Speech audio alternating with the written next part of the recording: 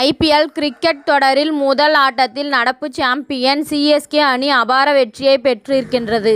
இந்த போட்டி தொடங்குவதற்கு 24 மணி நேரத்திற்கு முன்பு கேப்டன் பொறுப்பில் இருந்து தோனி விலகினார். இதனை அடுத்து புதிய கேப்டனாக நியமிக்கப்பட்ட ருத்துராஜ் இன்றைய ஆட்டத்தில் சிஎஸ்கேவை வழி நடத்தினார். பலம் வாய்ந்த ஆர்சிபி அணியை முதல் போட்டியில் சிஎஸ்கே வீழ்த்துமா என்ற எதிர்பார்ப்பு ரசிகர்கள் மத்தியில் இருந்தது.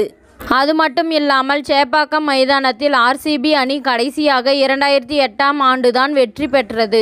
இதனால் 16 ஆண்டுகளாக தொடரும் இந்த சோகத்தை ஆர்சிபி நிறுத்தும் என எதிர்பார்க்கப்பட்டது. இந்த போட்டியில் டாஸ் வென்ற ஆர்சிபி அணி முதலில் பேட்டிங்கை தேர்வு செய்தது. தொடக்க வீரராக களமிறங்கிய கேப்டன் டூ பிளியர்ஸ் 35 ரன்கள், விராட் கோலி 21 ரன்களும் எடுக்க பெரிதும் எதிர்பார்க்கப்பட்ட மேக்ஸ்வெல், படிதர் ஆகியோர் அடுத்தடுத்து டக் அவுட் ஆகி வெளியேறினர். ஆர்சிபி அணிக்கு முதல் போட்டியில் களமிறங்கிய கேமரன் கிரீன் 18 ரன்கள் சேர்த்தார்.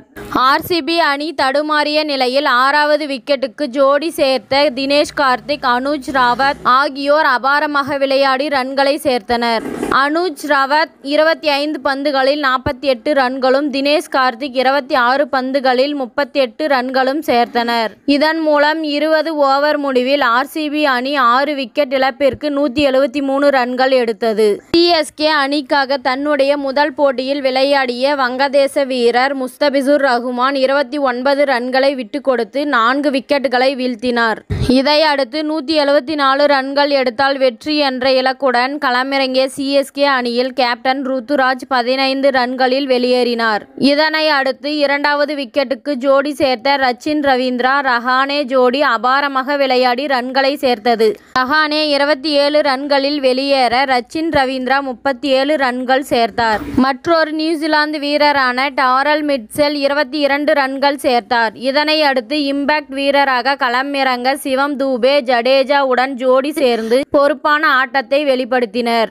இந்த ஜோடியை பிரிக்க முடியாமல் ஆர்சிபி வீரர்கள் தடுமாற சிஎஸ்கே அணி 18.4 ஓவர்களில் 4 விக்கெட்டுகளை மட்டுமே இழந்து வெற்றி இலக்கை எட்டியது. இதன் மூலம் முதல் போட்டியிலேயே சிஎஸ்கே வெற்றி பெற்றிருக்கின்றது. இத்துடன் இந்த செய்தி முடிவடைகின்றது. நன்றி, வணக்கம். மீண்டும் அடுத்த வீடியோவில் சந்திப்போம். மேலும் இது போன்ற சுவாரஸ்யமான தகவல்களை அறிய தமிழ் சிறை சேனலை சப்ஸ்கிரைப் பண்ணுங்க, ஷேர் பண்ணுங்க, லைக் பண்ணுங்க மற்றும் கமெண்ட் பண்ணுங்க.